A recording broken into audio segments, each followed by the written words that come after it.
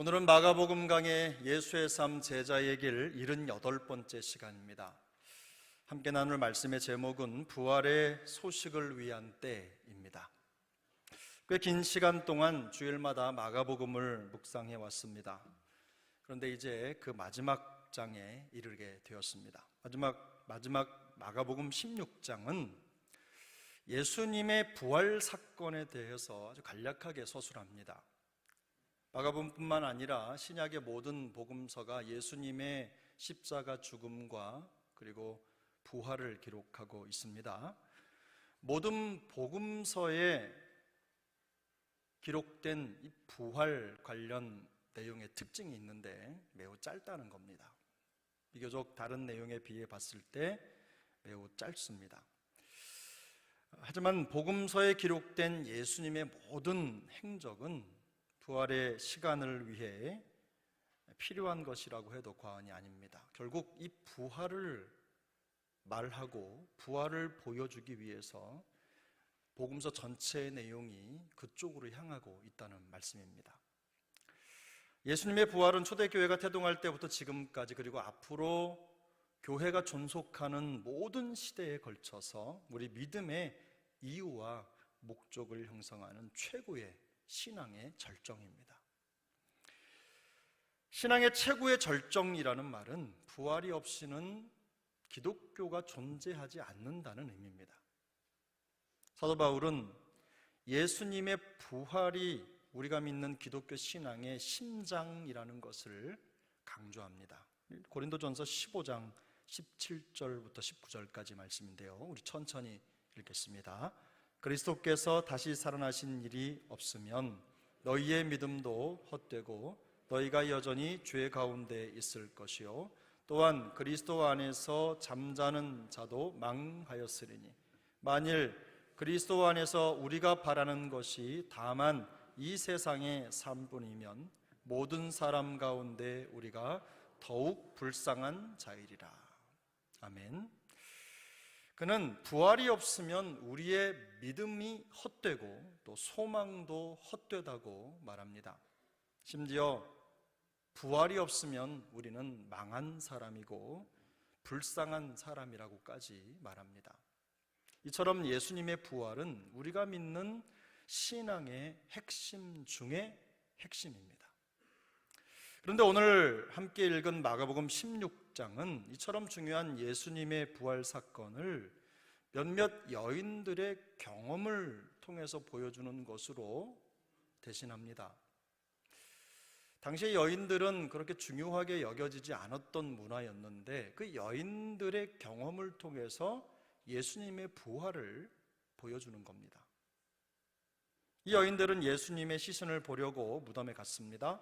하지만 시신은 보이지 않고 그곳에 흰옷을 입은 한 청년이 덩그러니 앉아 있는 모습을 목격합니다.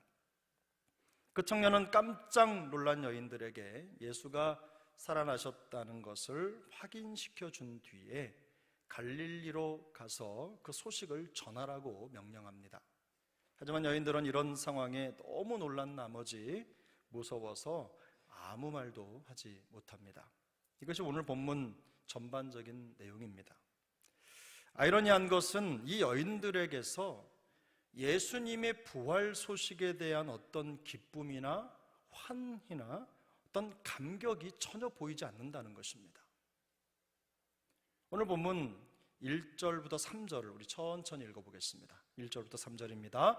안식일이 지남에 막달라 마리아와 야고보의 어머니 마리아와 또 살로메가 가서 예수께 바르기 위하여 향품을 사두었다가 안식 후 첫날 매우 일찍이 해 돋을 때에 그 무덤으로 가며 서로 말하되 누가 우리를 위하여 무덤 문에서 돌을 굴려주리요 하더니. 안식일은 금요일 저녁부터 토요일 저녁까지입니다. 안식일이 지났다는 것은 그때가 토요일 저녁쯤 되었다는 뜻입니다. 예수님이 십자가에서 처형되신 후에 아리마대 요셉의 무덤에 장사된 뒤로 만 하루가 지난 것입니다. 토요일 저녁이 되자 막달라 마리아와 야고보의 어머니 마리아 그리고 살로메라는 여인은 예수님께 바르기 위해서 향품을 사두었습니다.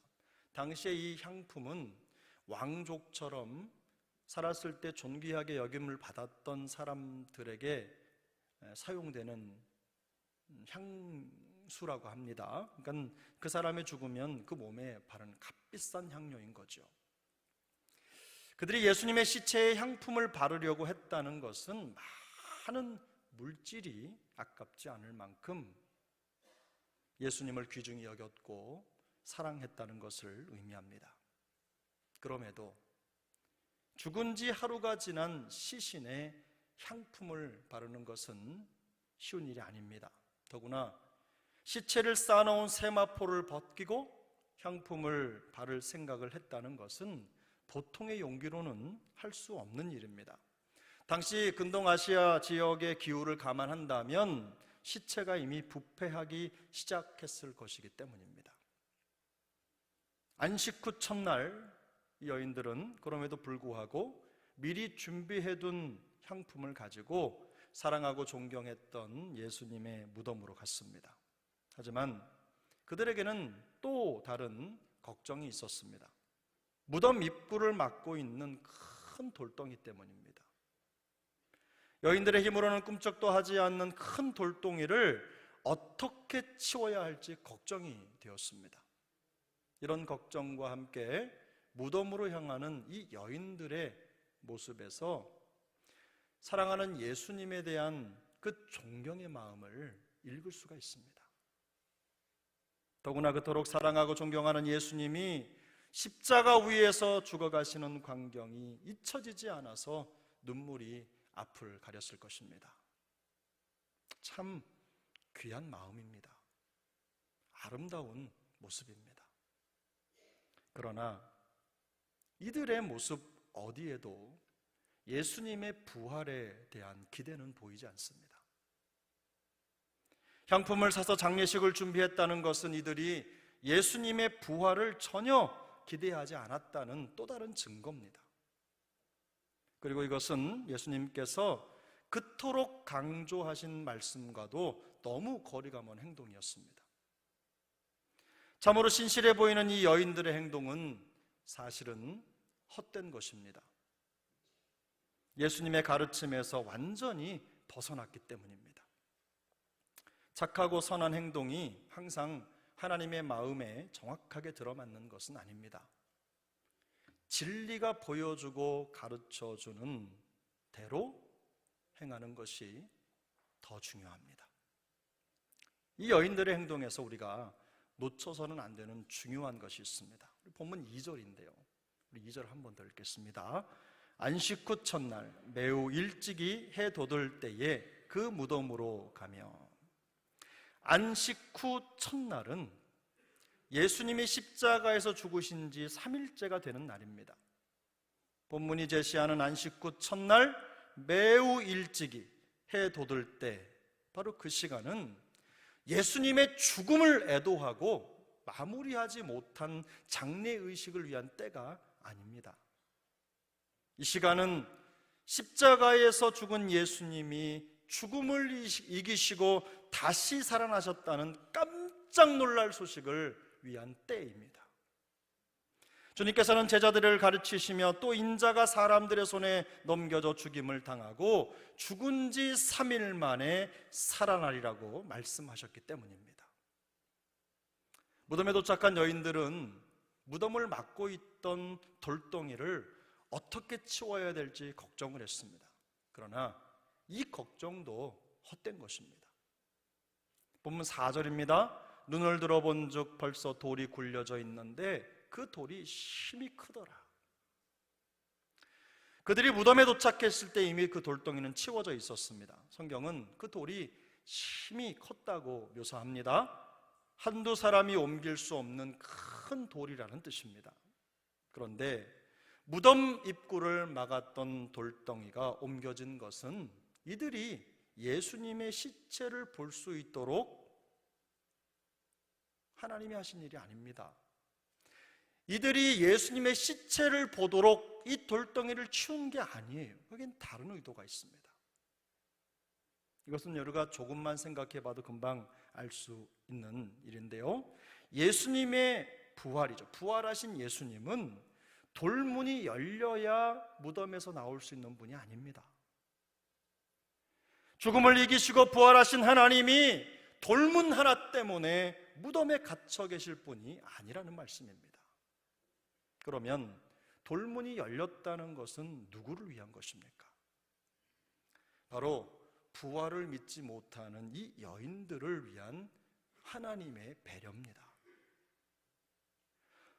돌무덤을 굳게 막고 있는 힘이 큰 돌이 열려있는 것을 보는 순간 3일 만에 다시 살아날 것이라고 말씀하셨던 그 주님의 말씀을 떠올려야 했습니다. 그 말씀이 생각나야 됐던 거예요. 돌문이 열린 것은 부활의 증거가 아닙니다. 하나님의 말씀을 기억하지 못하는 사람들을 위한 하나님의 배려고 장치입니다.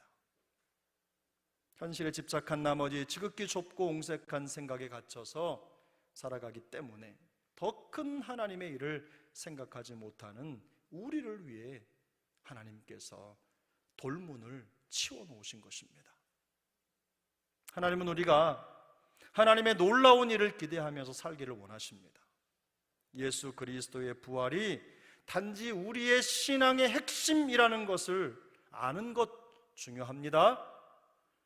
그러나 더 중요한 것은 우리가 바로 그 부활의 능력을 경험하는 것입니다. 본문 6절을 우리 함께 읽겠습니다. 본문 6절입니다. 청년이 이르되 놀라지 말라. 너희가 십자가에 못 박히신 나사렛 예수를 찾는구나. 그가 살아나셨고 여기 계시지 아니하니라. 보라, 그를 두었던 곳이니라. 청년이 이르되 놀라지 말라. 너희가 십자가에 못 박히신 나사렛 예수를 찾는구나. 그가 살아나셨고 여기 계시지 아니하니라. 보라, 그를 두었던 곳이니라. 무덤에 들어간 여인들은요, 예수님의 시체는 보지 못하고 무덤 속에 흰 옷을 입고 있는 청년이 앉아있는 모습을 봤습니다. 시체가 있어야 할 자리에 살아있는 사람이 앉아있는 겁니다.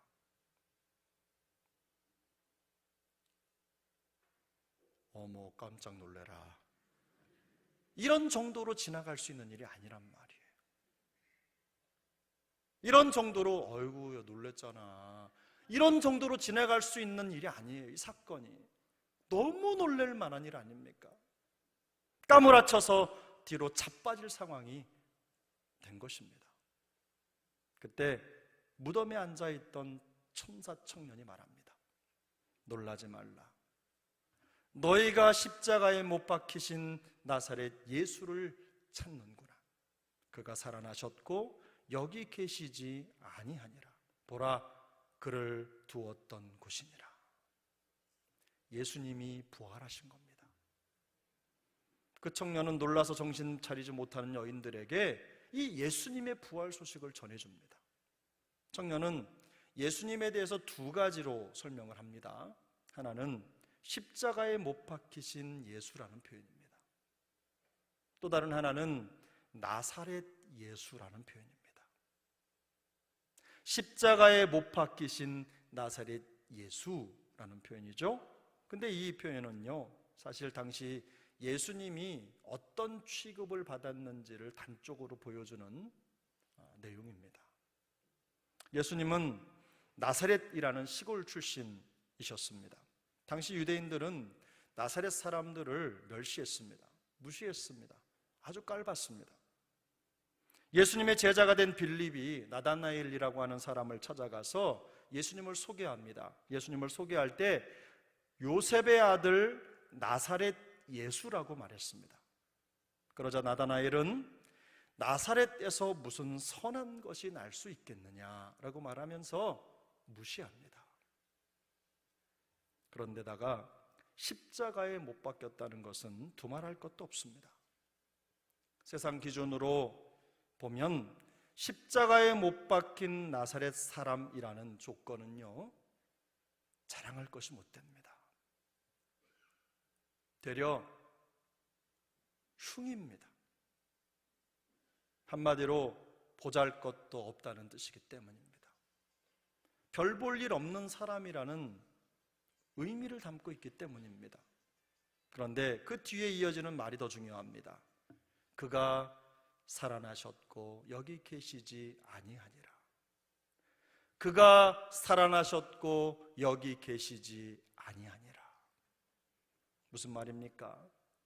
십자가에서 죽어도 누구도 신경 쓰지 않을 만큼 보잘것없는 인생처럼 여겨졌던 예수는 사실 죽음을 이기는 분이셨습니다.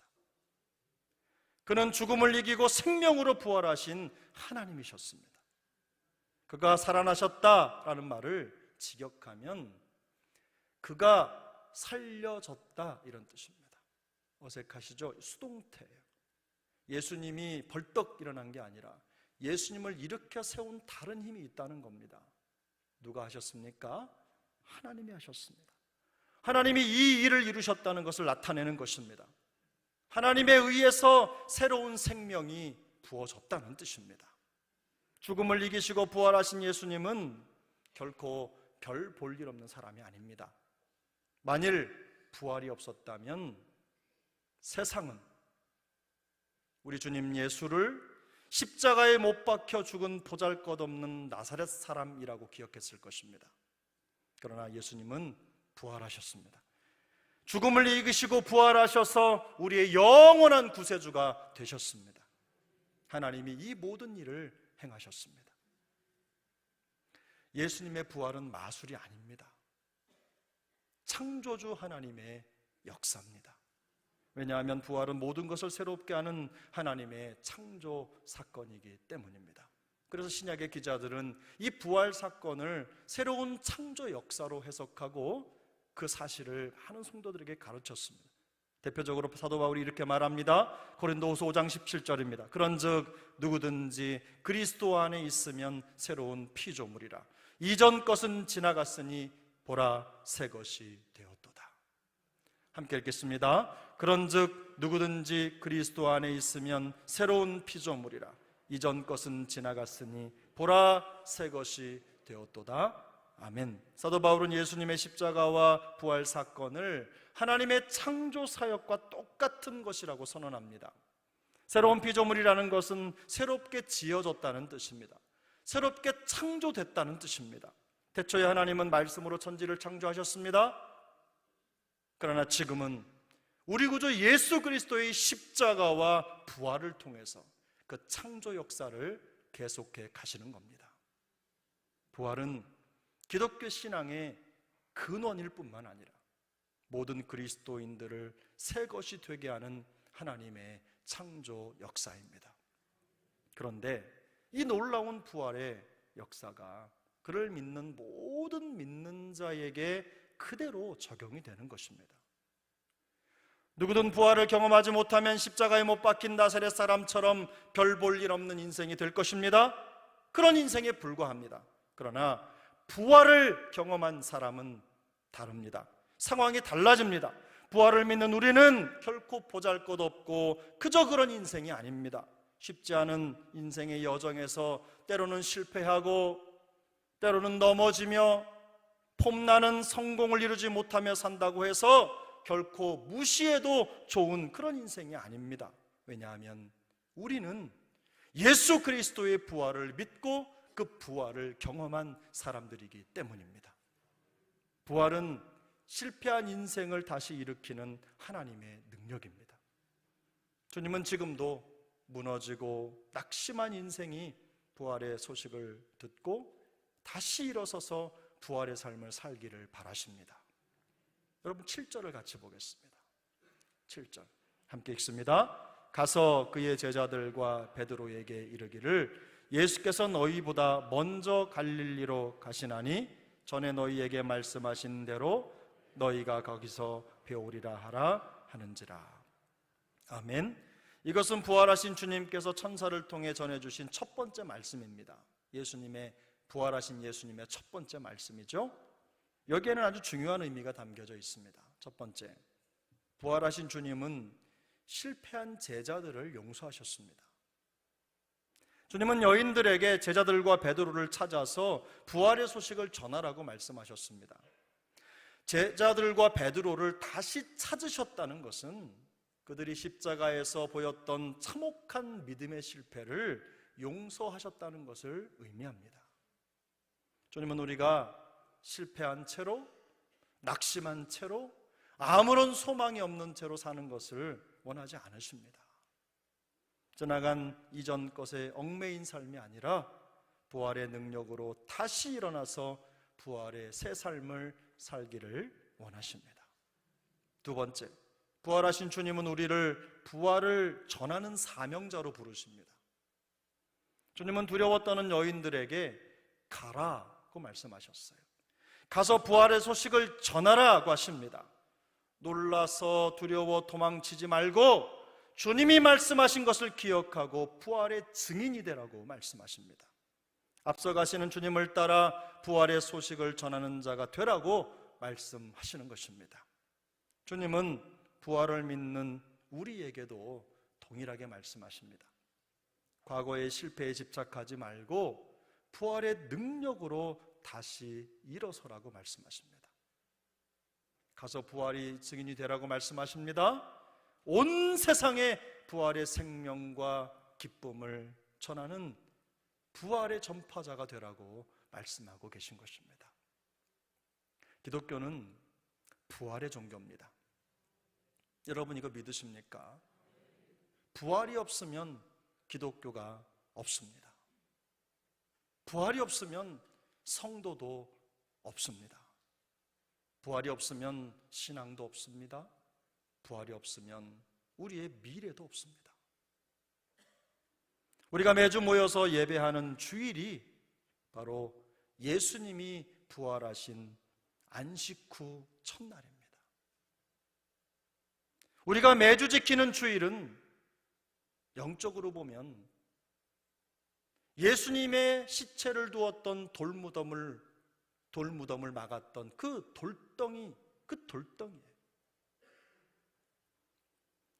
매 주일마다 예수님의 부활을 기억하고 부활을 경험하면서 부활의 능력으로 하나님을 예배하기 때문입니다.